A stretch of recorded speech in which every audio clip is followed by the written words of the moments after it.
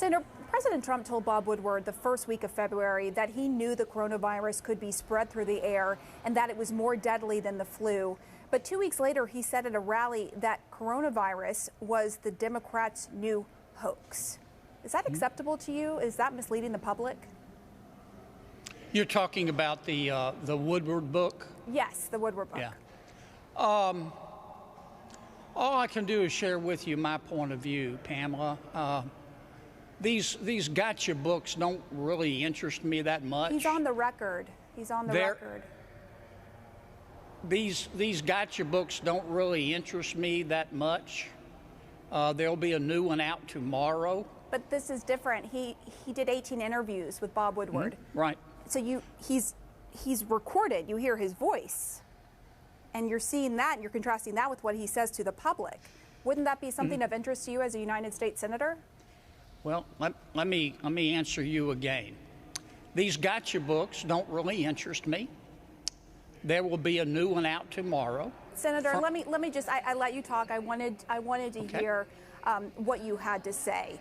But the bottom line is, he told Bob Woodward privately that this was a deadly virus and that it was airborne. Didn't the public, didn't the citizens in your home state of Louisiana deserve to know that as well, so that they could change their behavior appropriately to protect themselves? Well, number one, Pamela, I'm not going to repeat what I just said, but all I can tell you is what my personal experience has been. Number two, let me say a word about this infatuation in Washington with who said what to whom. I learned pretty quickly up here. No, Senator, I'm sorry. I'm not going to let you do this. Okay, this is, I understand there's so much politics right now. We're 2 months away from an election, but this is life and death. You had 5,000 people that have died in Louisiana from coronavirus. Republicans are reluctant, as you are now, to ever criticize this president. But as a human being, how can you be okay with this? Well, if I could finish my answer. I have learned in Washington, D.C., I'm sort of existential or Sartrean about Washington, D.C. To be is to act. You learn pretty quickly not to judge people up here by what they say. You have to judge them by what they do. And all I can tell you, Pamela, is what my personal experience has been. And that is that this administration has been very responsive early on. We were the first ones hit after New York, both to the coronavirus and to the damage that we've done to our economy. Now, I understand some people disagree with that, but that's honestly my experience. All right, so let's just put, okay, so you're saying, look, it's about actions. They speak louder than words.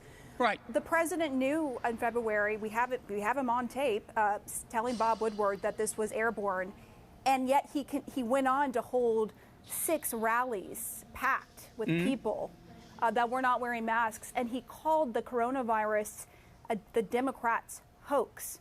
Those were actions he took, and he had the knowledge. That's okay with you?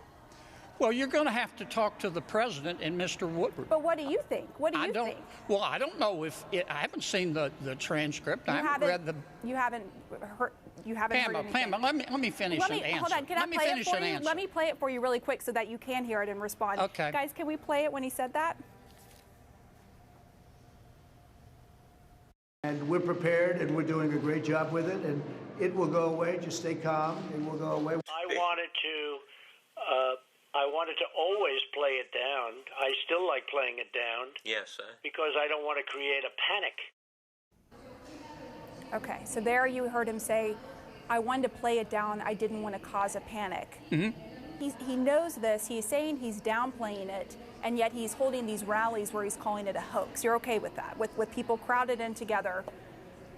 Well, once again, Pamela, I haven't read the transcript. I don't know the context. You just played an excerpt for me. What I heard the president say was that he didn't want the American people to panic. I don't think any of us want the American people to panic. Right. There is a difference between making sure you stay calm and that you don't encourage people to panic, but also being forthright so that during a pandemic, people have all the information. They're armed with all the necessary information so that they can take the steps necessary to protect themselves and their families. Would you agree with that?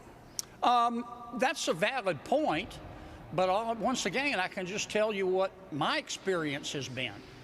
And that is that the president, by his deeds, and he's never done it by his words with me either, has ever downplayed the coronavirus. Quite the contrary. But you're focusing just on you and not all the people at these rallies and in your state who are listening to the president back in February and taking his cues.